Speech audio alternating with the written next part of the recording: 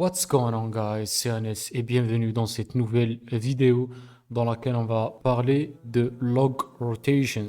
Donc ça c'est un concept pour les administrateurs système surtout parce qu'ils ont tendance à gérer les logs sur les réseaux. Et les logs ça sert à quoi? Ça sert à deux raisons.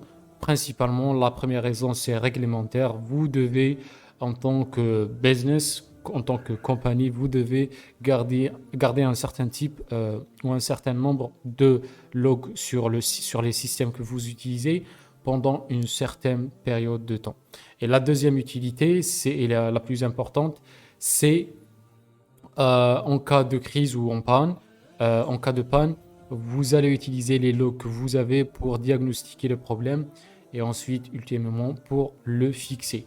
Ici, on va parler de rotation de logs, c'est-à-dire que dans un réseau, vous avez des ressources limitées. Et les logs, ça peut prendre beaucoup d'espace disque.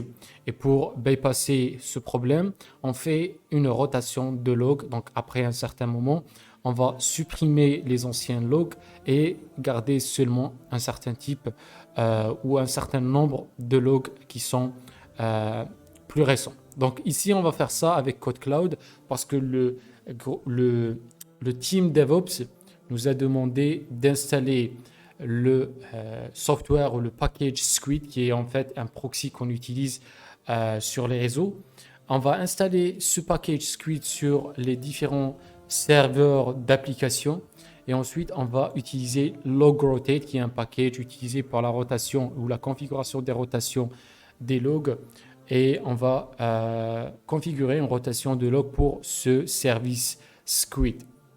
On va faire ça en sorte que le service LogRotate va faire une rotation de log pour ce service chaque mois, et on va laisser 3 rotations de log, c'est-à-dire les 3 logs les plus récents, et on va supprimer les autres. Donc voilà, on va commencer avec le premier utilisateur qui est Tony.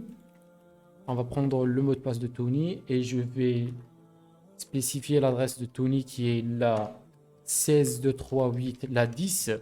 Yes, j'accepte les clés et je mets le mot de passe. Sudo su pour que je puisse installer le package Squid. Donc yum install squid-y et cela va installer Squid sur le système. Donc on est sur un système CentOS comme d'habitude. Et c'est pour cette raison-là qu'on a utilisé Yum. Maintenant, une fois on a installé Squid, on a déjà log rotate. Donc si on fait log rotate, vous allez voir qu'il est déjà installé sur le système. Il suffit juste d'accéder directement au fichier de configuration de log de notre service Squid. Donc etc, je vais utiliser Vim. Donc Vim ou VI est ici log rotate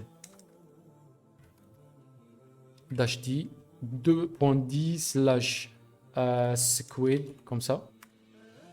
Et là, vous allez voir un petit fichier de configuration pour LogRotate. La première ligne, c'est weekly, c'est-à-dire ici, il est préconfiguré pour faire une rotation chaque semaine. On va changer ça vers monthly, donc monthly, comme ça. Et ensuite, il est préconfiguré à faire 5 rotations. On va choisir 3 rotations. Donc ça, c'est ce qu'ils nous ont demandé dans la description de la tâche. Donc je vais sauvegarder ça en appuyant 2.wq et je vais m'assurer que le service Squid est déjà lancé. Donc systemctl start Squid, et je vais confirmer le statut avec la commande systemctl status Squid. Très bien. Maintenant, je vais refaire la même chose pour les autres serveurs. Donc, je vais prendre le nom d'utilisateur, le mot de passe de Steve. Voilà. Donc, et ça, c'est Steve qui est sur l'adresse 11. Yes. J'élève les privilèges. Et je vais installer Squid. Dans une prochaine vidéo de DevOps, on va voir comment automatiser ces mêmes tâches sur plusieurs serveurs avec Ansible. Donc ça va drastiquement réduire le temps de configuration de ce type de tâches. Donc la même chose, je vais accéder à logrotate.d squid et je vais faire la même chose. Je vais changer ça en monthly et la rotation, je vais la mettre sur 5, sur 3 plutôt. Je sauvegarde et je lance le service squid. Je confirme le statut status squid. Très bien, et je sors. Je vais faire la même chose avec le serveur de l'utilisateur banner. Il se trouve sur la 16.12.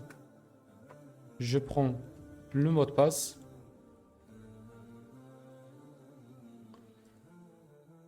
Et j'installe. Yes. Yes.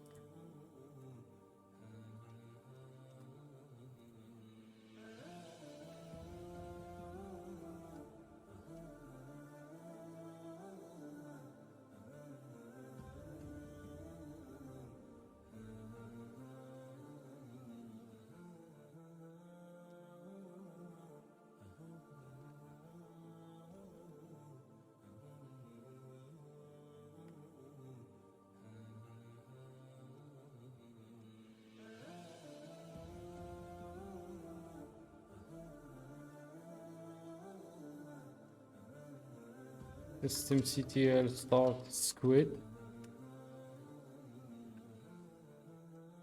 On confirme le statut et voilà. Donc c'est tout simplement ça pour la rotation des logs avec un serveur CentOS et le package logrotate. Bien évidemment, vous pouvez configurer ça comme vous voulez. Si vous voulez une rotation journalière, vous pouvez faire ça. Assurez juste que vous avez l'espace disque nécessaire pour stocker le nombre de logs que vous avez sur le réseau.